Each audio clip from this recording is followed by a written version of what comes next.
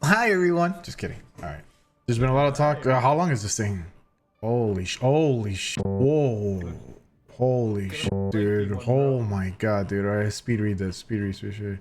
Hey everyone, there's been a lot of talk about 6v6 lately, and it's only intensified in the recent weeks. So we posted our latest director's take and made a Twitter post with a promise to talk about it in the future. Well, now's the future, and this is that next piece. So let's get into it. Wait, let's not get into it quite yet. No, let's get into it. This is a pretty complex and nuanced topic, and it gets to the beating heart of what makes this game tick. Our players have different opinions and preferences about the ideal number of players in an Overwatch match, and so does our team.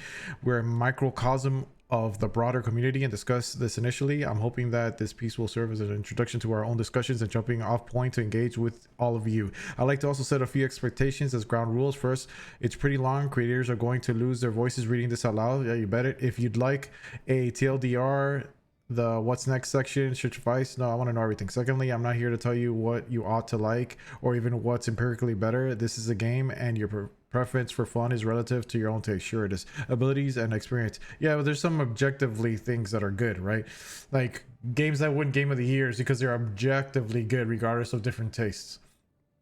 Lastly, there are years of decisions that affect such fundamental piece of Overwatch. Some of you might be intimately aware of these, while others might not. Before diving in, I'd like to set the stage and give some context on this, on some of the larger changes to the game that ultimately culminated in the 5v5 format we have today. Historical context: there have been three large format changes to Overwatch, and the first happened shortly after the game launched. This was hero limits. Before, there could be any number of particular hero on one team. You could have 6 Genjis or 6 Reinhardts. If memory serves me right, the winner of Team 4's first international tournament was Winston and 5 Zenyatas. That's crazy. What we called it, Quinston. Zenyatta orb stacked with no cap to healing at the time. Bro, that's crazy. So you put like 2 orbs on people and they get more healing. It was glorious and terrifying. During the early development, it was necessary to have duplicate heroes per team. Our first core combat milestone only had 4 heroes, and the roster grew. This was no longer necessary, and it also introduced issues. Overwatch heroes have very distinct kits and impactful abilities. Stacking abilities could be fun, but it posed challenges to balancing many of those abilities in game. People reference double barrier, but back then you could only have 6. Imagine cycling 6 immortality fields. The number of team compositions and strategies available was huge. The variety was great, but we didn't feel like it could ever be truly balanced. We feel like we could ever truly that's weird, ever truly balance the game without severely watering down our heroes. So we made the choice to impose a limit of 1 each hero per team. Yes, they essentially solved the issue of ability stacking, but it did have a few side effects. It traded some of their creativity in putting together team compositions for more consistent and balanced experience. It also took away some scenarios from players. If someone wanted to play Tracer but you were already Tracer, they would be unable to. A theme of this and future decisions was limiting match variety as well as player freedom and creativity in order to create a more balanced, consistent, and competitive experience for players. Remember this point because we'll touch on it in the future a few more times in this piece. I think the hero limit rule was a great decision, and we would make it again. The other 2 large format changes have a lot of positive benefits, but are not as clear cut. All right. The second large change to the game's format was the move from open queue to role queue, which limited team compositions to 2 heroes from each role. But before role queue, there was no enforced 2-2-2 team composition, and players had the freedom to select any role they liked once they loaded into a match. With open queue, teams had a lot of different choice about what heroes and team compositions to play, but there were quite a few problems that role queue intended to address. They're like buttering this up, right? Like, this is a long, history to try to butter us up for what I think they're going to say below. Prior to implementing role queue, there was a stark imbalance in the number of people playing each role within each match. Damage was by far, it still is today, the most popular role, and tank was by far the least popular role. I think the number of heroes per role affects that as well. Like if you have 2 tank heroes and 10 DPS heroes, there's probably a DPS character that you might like their design and the way they play versus the tank heroes. So I always find this to be kind of BS, because like statistically, if you have less heroes in one role, there's a less chance of you finding a hero that you like how they play regardless of the role. Like there's a less chance that you're gonna find a hero that you click with. So they messed up when they didn't balance their heroes from the beginning, the number in each slot, to make sure that people would play all the roles equally. In fact, seeing matches with 5 or 6 damage players on each team was not uncommon. This role imbalance frequently led to the widely imbalanced matches between teams. The game played better when heroes from all three roles were selected. The disparity caused social issues as the players would try to pressure other players into tank or support roles, even if they didn't want to. Yeah, I mean, that's the downside to it. It made balancing heroes more difficult since we couldn't balance around a certain role ratio for each team, and even made introducing new heroes more difficult since any new hero kit had to take into consideration hundreds of different team compositions and abilities that could overlap. The move to role queue format was aimed to mitigate those challenges. I don't have anything against role queue. I know, like, I think there has to be a balance between your freedom and some restriction for the game to be, you know, to work well. Moving to role queue solved many other problems and added some additional benefits to the game as well. With role queue in place, matchmaking is based on skill within a given role, not skill overall. I have one problem with this, and the only problem with this is that there has to be an overlap. There has to be an overlap with skill, like Tekken does it. You know, if you're Grandmaster in support, your minimum like starting point for your other roles need to go up.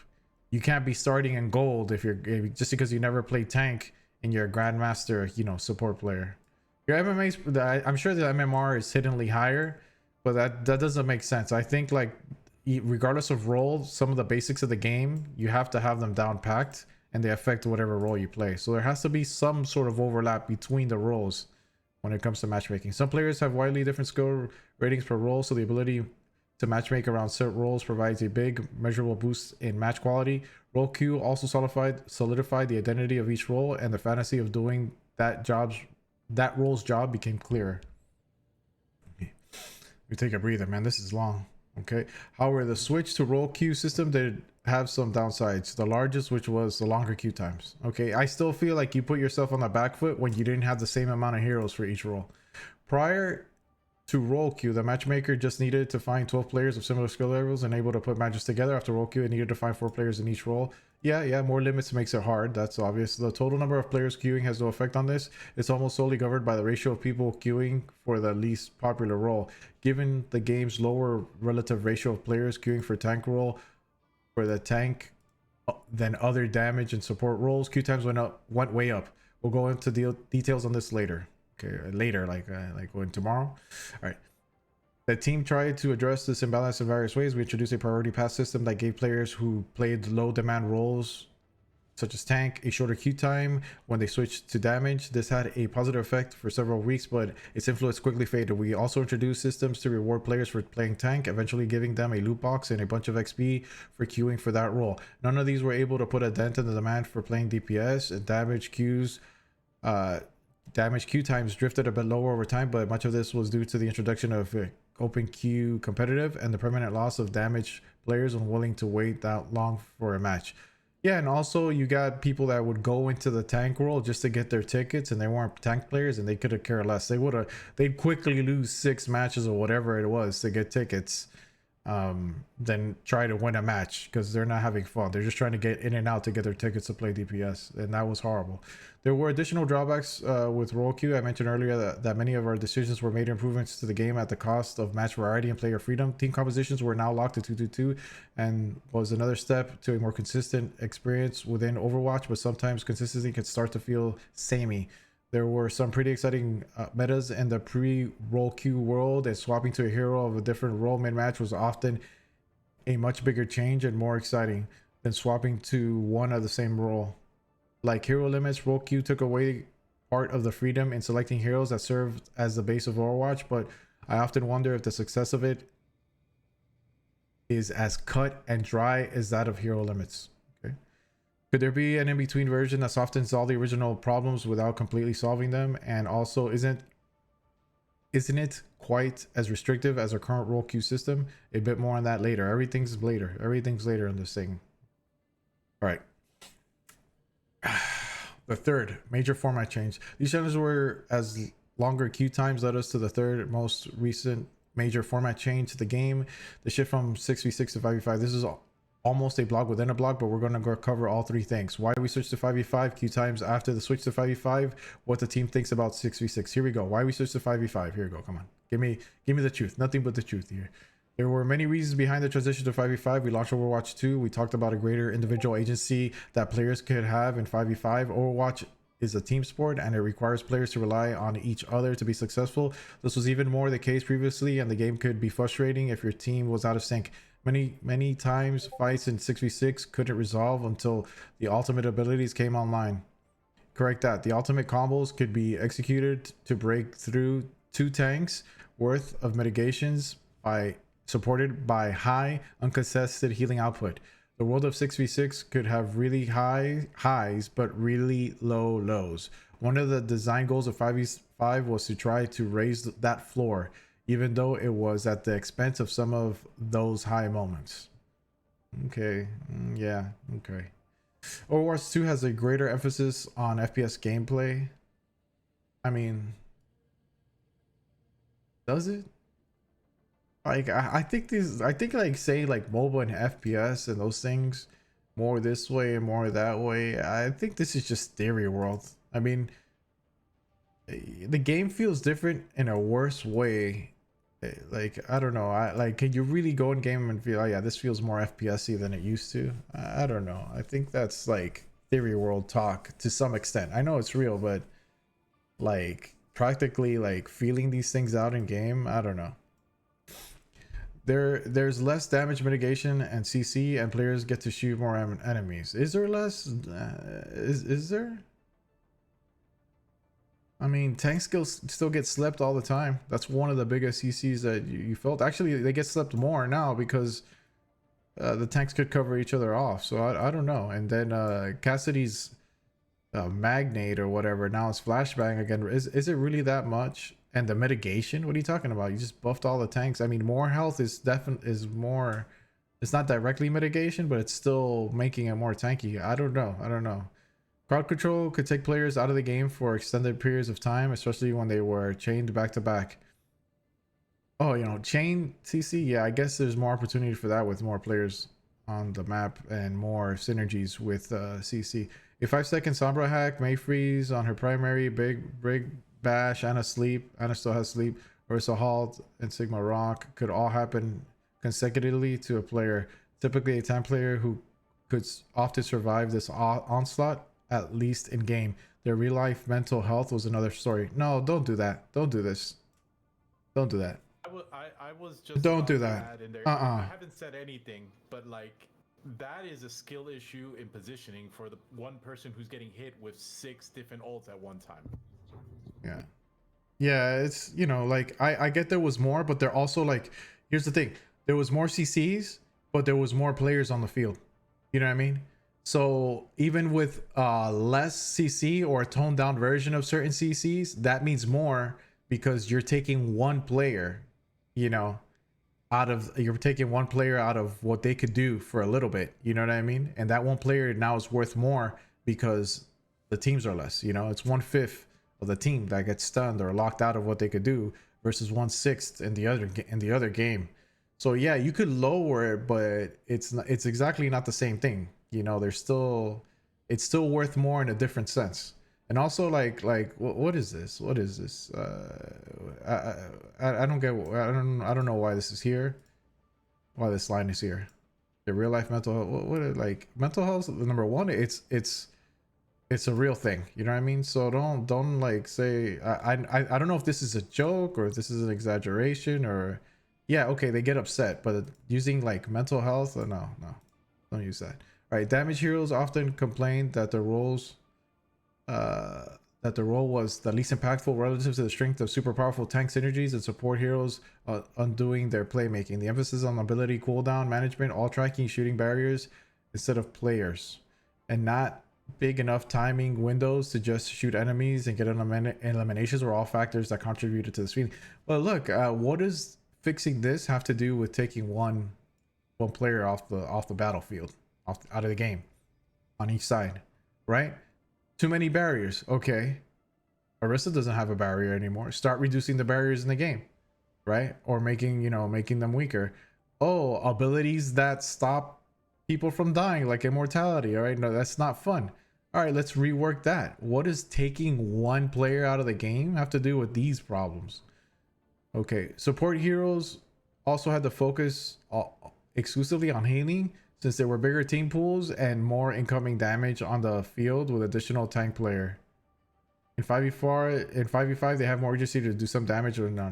See, this is BS, because my last year of Overwatch 1 was with Anna, okay, and I wanted to make sure that I finished as high as possible. And you know how I did that?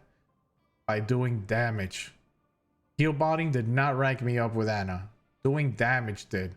So I don't know where they're getting this from. Even support heroes, if you watch Awkward's been saying the same I wasn't gonna say crap. He doesn't teach crap, you know. He's been saying the same stuff since Overwatch 1 with support, and he's played support the same way since Overwatch 1. And the way you do is getting damage. You know what I mean? So being a good support player means you know how to get as much damage as possible while still doing your support duties. So this is like, I don't know. I'm not fully convinced on this. You know what I mean? Maybe you have to heal more because there's more, but like the damage kit of the support heroes were still useful, still fun, and still a necessity if you wanted to get good at that hero. All right, let's keep going. Tank synergy wasn't always fun. It slowed the game down and stabilized it. Okay, that's fine. Balance the tank synergies, but sometimes it absolutely ground it to a halt. People point to the double shield meta as an example of this. It wasn't just about double shields though. The ability to stack a very defensive heavy lineup, especially in game modes that required a team push through a small choke, caused a lot of matches to feel like there was no progress at all. The game is faster now and it doesn't typically stall out. It feels like there's more room to move around the map. Okay, sure. Move around the map without the need to earn every inch of it. Okay. I mean, that's the point. To fight it out, you know? Intensity, close matches all the way through. You know what I mean? Who wants downtime? Yeah, let's, you know, when things are hard, they feel better when you accomplish them. In 5v5, fights were often less focused on moving around in a death ball formation, and there was more room to take angles, flank, and duel other players, which brings in more of that FPS gameplay. Okay, like, well, let me finish this paragraph and I'm going to give some thoughts here. While 66 can have high moments, it's also hard to follow. Tracking 9 other players is easier than 11. There are fewer visual effects on screen, especially during team quality. Yeah, blah, blah, blah. Quality is a pretty demanding game. Overwatch is a pretty demanding game, and moving to 5v5 made it a bit more cognitively manageable. I don't know. There's still a lot of visual clutter at times. I don't helped a little bit, but whatever. Lastly, one of the biggest benefits of 5v5 was dramatically reducing queue times. Let's explore that. All right. We'll see. I'm sure they got the numbers down here. But before we jump into that, like, look, yeah, these problems, sure, they're there. But you're telling me they couldn't be fixed with adjusting abilities, map design, you know what I mean? Like, you're telling me that these things couldn't be fixed. Remember that now they patch every other week, you know. I'm exaggerating, but, you know, before then, they wouldn't touch the game for the longest of times, right? You just dealt with what it was. They do small tweaks here and there, but yeah, you're telling me like with some map reworks, right? The new game modes, and just, you know, just because it was Overwatch 1 and 66 doesn't mean they couldn't have reworked heroes. They're so happy to rework heroes now, right? But yeah, like rework, you know, we could have stayed 6v6 in an Overwatch 1 format, and they could have reworked heroes that they might have realized like, oh, this doesn't work with our game, or it's breaking our game. You didn't have to drop one. You still had all these options that you do now that you didn't do before to fix what 6v6 was, you know? Okay. Let's see about the queue times here. I'm really curious about this. The chart below rank shows rank play queue times for the per role after the introduction of role queue to Overwatch in 2019, compared to queue times per role in Overwatch 2's 5v5, what am I saying? 5v5 role queue format. As you can see, the shift to 5v5 role queue dramatically reduced the queue times for players in all roles, and most notably the damage role, which was one of the most popular roles. Well, okay, this is what I'm gonna say here. Let me look at this chart. Okay, Overwatch 2. This is cap right here. Okay, this is cap. You can't tell me, like, you can't show me all of Overwatch 2. Number one, when the game is new, everyone's trying out new things. I don't know if you remember when Overwatch 2 came out, support was really strong, right? Also, you started the game with like with new heroes in support and tank roles, right? and you left DPS starving. So that goes back to what I said earlier, which when you have heroes that people could click with, that's how you change this. I don't think it was 5v5. I think it was the fact that you put new heroes in the other roles and you didn't touch the DPS role, you know, for a while, you know. So obviously people want to try out new things and the game is new, and you know, you promised you know, a better experience, especially for the tank role. So yeah, I'm sure that if you look at it recently, it's not the same. I don't want to see the lifetime of the game. I want to see where the game is right now, what you brought the game to right now versus what it was back then. All right, the biggest factor driving the experience, the difference between Overwatch and Overwatch 2 queue times is the ratio of players queuing for each role. We hear players spectate long queue times are the result of not enough players playing Overwatch. That isn't the case, but instead relative to the roles. Okay, maybe I've been wrong about that. But instead, relative to the other roles, players generally queue tank less, leading to longer wait times for all while we wait for a tank to free up to find a proper match. Well, yeah, you know, and if you want people to play tank and actually, you know, so that the queue times are even less, how about you make it fun? I think the problem is it's just not fun. Before, I think tank was fun. It just wasn't popular and as fun as the other roles. And like I said, there was more heroes in the other roles, and they felt like more complete heroes. But now it's just tank's just not fun. So in practice, the actual ratio of players queuing for tank damage and support is much closer to the current 1-2 format than the previous 2-2 format. As a result, the 5v5 role queue format better mirrors the player. Okay, so but here's the thing. Do you want faster queue times and worse quality game and less balance, or would you rather wait more for a, you know, for a more balanced and more fun game to play? You know, that's a question that I don't know what the right answer is, but there's someone in the middle. But you know, I think there's a cost of this game. Queue time is somewhat king, but not always king. The sharp drop off in queue times in October of 2022 is when Overwatch 2, along with the 5v5 ship, the queue times of all the heroes dropped. And stop the cap. They say it's not about the amount of players, but yeah, there was a lot more players. Like, I don't know. It's a brand new game, and a lot more new players coming back or new players coming in that haven't decided on what role, and they were testing different roles and stuff and how it felt. Everyone wanted to try everything to see how it felt. That's why I say, like, I want the stats of today, like recent, the last couple of months versus Overwatch 1, because Overwatch 1 didn't really change that much, especially in the last year. So give me what you've done with Overwatch 2 until this moment, like recently, until, you know, don't show me the whole life, because those first couple of months are going to help your stats look better. All right, where was I? The sharp drop off again, return to, okay.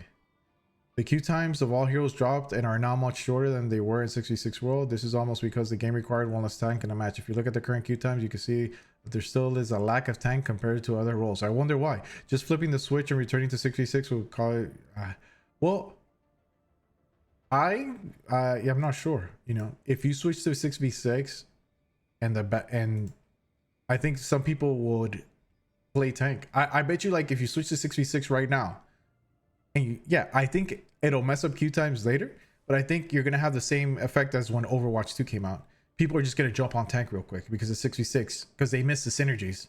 A lot of people miss, you know, Ryan Zar. Who doesn't miss Ryan Zar? You know, the in and out, the shield, the you know, he goes in, he loses a shield, you bubble him, he gets out, or he goes in with a pin and you bubble. Those things were really fun. And I think, like, if you want to cherry pick stats here, you just, you know, do this, and then we could just look at the first month of switching back to 6v6, and you'll see that the queue times are better, regardless of the amount of players in the game. The problem is the longevity of the queue times. Regardless of the amount of players in game, queue times are always reflective of how many people are queued per each role.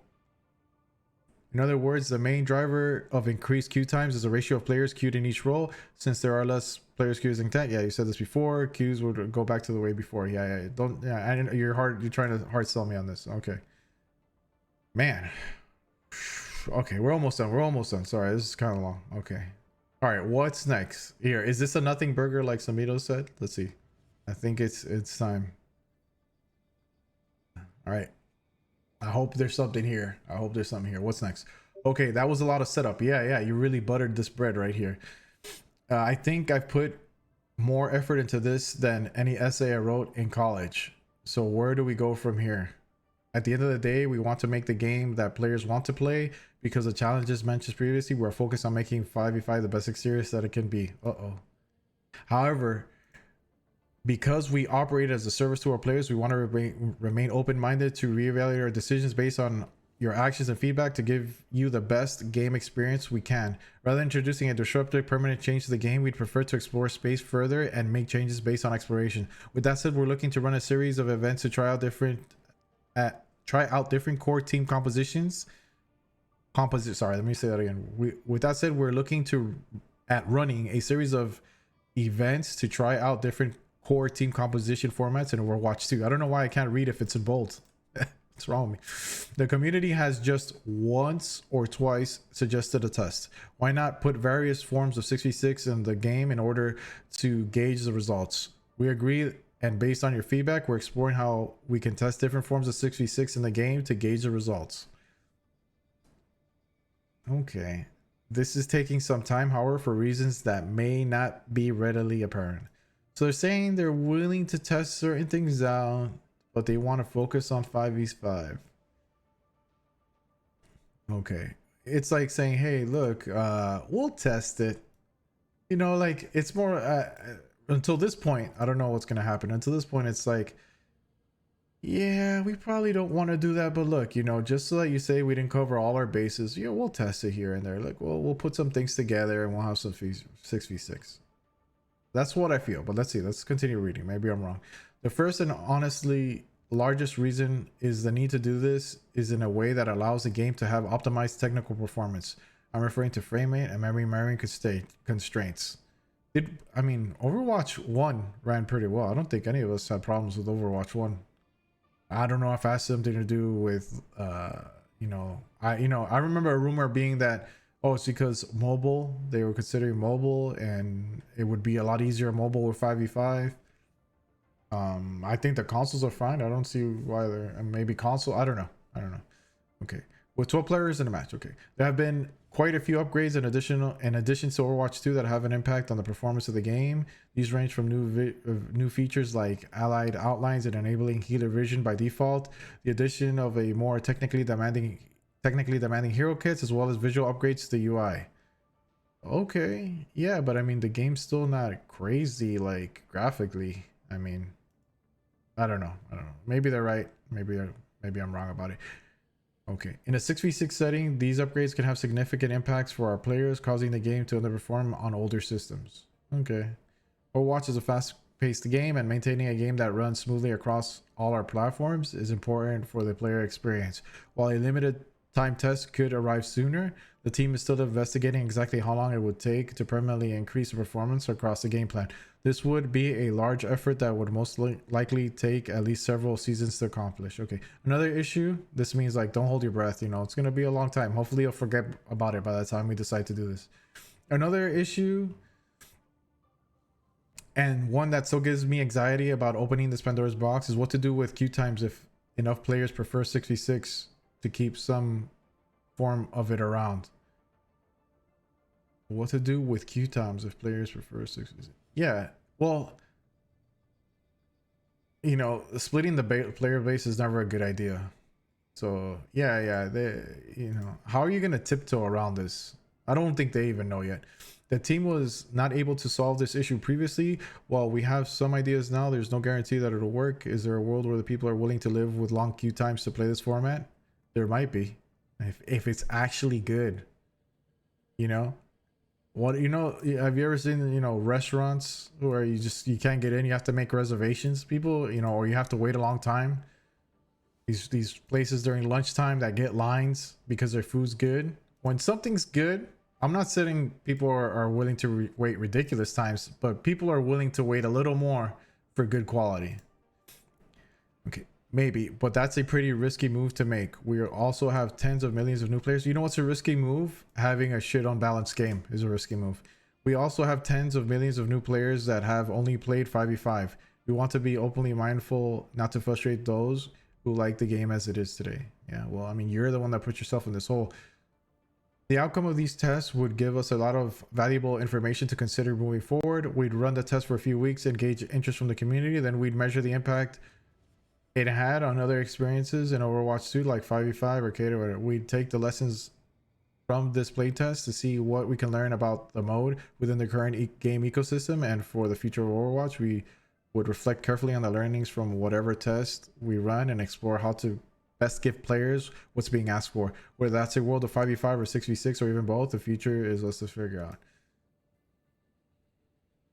Yeah, we'll see. We'll see. I mean, at least he's willing to talk about it.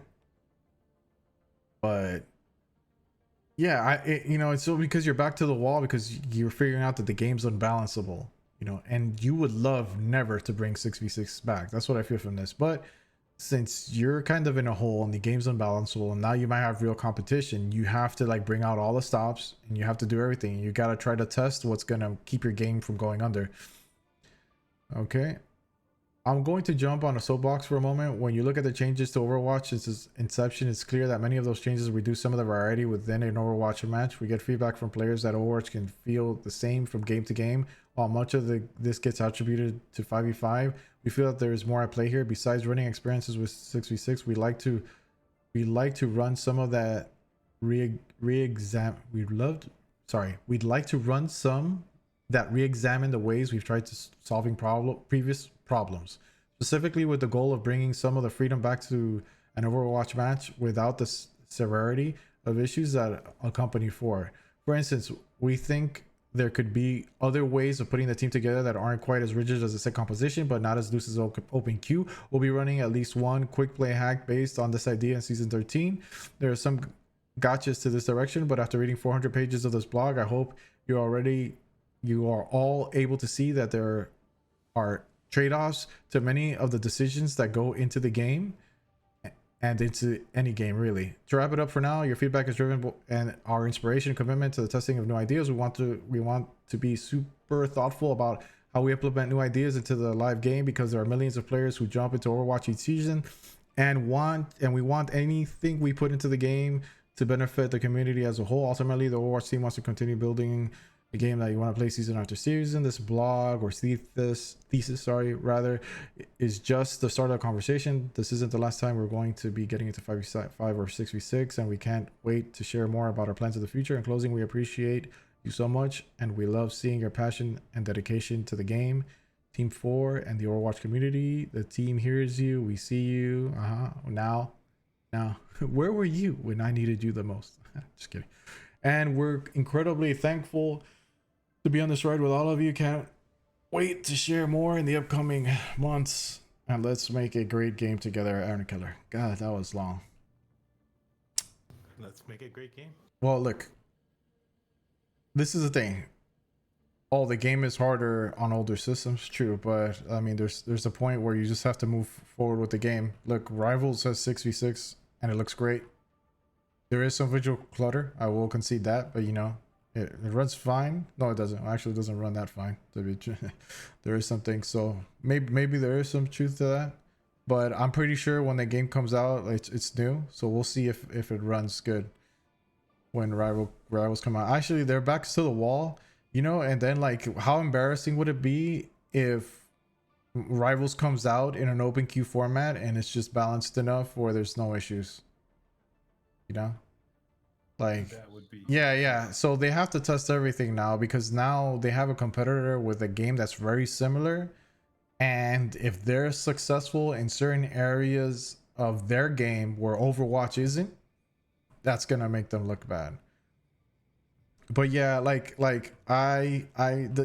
idea that number one, 5v5 was the laziest way to tackle the problems they had, and they decided to start tackling problems, when Overwatch 2 came out, because they constantly patch things. Now they're on top of it. We're going to rework this, we're going to change the map here, there, the problem. So now they're on the game. If they were on the game like they are now, in Overwatch 1, I think some of these problems would have been fixed. I still hate, and the fact that people ignore if for the mathematicians out there, you could tell me if I'm wrong, but if there's more heroes in a certain category of role, there's more odds that you might like a hero in that role compared to another role. Like I feel like that's just probability. You have one tank. If you don't like that tank, you won't play tank. You have 5 DPS. There's a chance that you could dislike 4 of those. There's a chance you might like one of those DPS heroes, so you'll play DPS. I think people liking the role is secondary to people actually liking the hero. If a hero plays fun regardless of the role that it's in, I think people would play that hero. I think we're using the role to just cover that, the way the heroes play are not fun, in their match. I'm sure that if tanks were actually fun and they had I like Junker Queen. I think Junker Queen's really fun, and she's the one that got me to play more tank at the beginning of Overwatch too, because she's just really fun, well-designed character. I didn't care that it was tank. I was like, this hero is fun, so I played that hero. So yeah, I feel like their reasoning for 5v5 is weak. That's all I'm gonna say there. That it's weak, and I think it was just a temporary fix for the queue times. And and I believe that and when there's new heroes and when there's certain things going on, yeah, the queue times or whatever. But when things kind of slow down, tank is still the longest. Not the longest, the fastest. And the other roles are longer because people don't want to play tank. And yeah, having to wait for 2 tanks is a problem, but if less people want to play tank, that kind of doesn't fully negate it, but it does slow it down. Like if people don't want to play tank, it's still gonna affect queue times. You still have to look for 1, but there's still significantly less, and if the ratio is worse, even though you need 1 less now, yes, part of the benefit is not completely negated, but somehow, somewhat negated. And we have unstoppable tanks now, and they seem unkillable. So yeah, that's it. Those are my thoughts on this. I look forward to see what they do with 6v6, and I'm here thinking they don't really want to or whatever, but I think I think they're really talking about I think they're really taking their competitor in mind here. I don't think they could just ignore oh, there's this game. This is not Paladins. I think they're like, this is game coming out, and yeah, they're kind of like us, but a lot of those other games never really stand a chance. Like Concord, right? Where's Concord? Is that dead on arrival? So most of the games are like that try to compete with Overwatch, but Marvel has a real like they could hit and they could hurt you. So of course, yeah, now that they're oh wow, there's somewhat of a threat. Okay, now we'll try everything you guys want. Okay, yeah, you get 66, sure, yeah, we'll just this now. Sure, we'll do that now. Oh, anyways, that's my thoughts on it.